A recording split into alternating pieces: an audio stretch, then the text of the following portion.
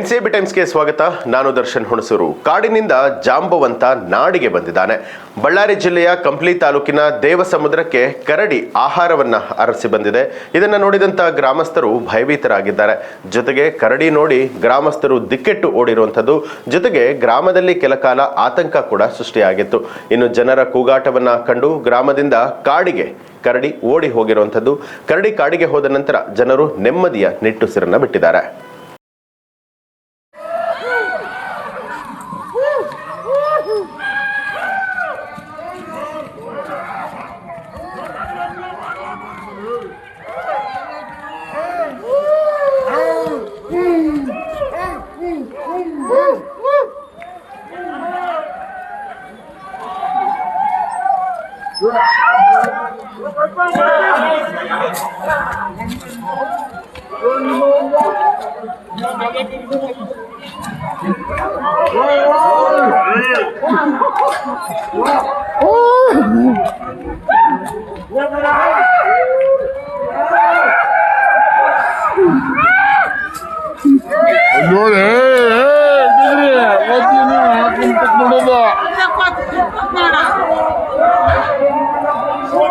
ಇದು ಈ ಹೊತ್ತಿನ ಪ್ರಮುಖ ಸುದ್ದಿ. ಮತ್ತಷ್ಟು ವಿಶೇಷ ಸುದ್ದಿಗಳಿಗಾಗಿ ನೋಡ್ತಾ ಇರಿ ಎನ್ಸಿಬಿ ಟೈಮ್ಸ್, ಅಪರಾಧ ಮುಕ್ತ ರಾಷ್ಟ್ರಕ್ಕಾಗಿ.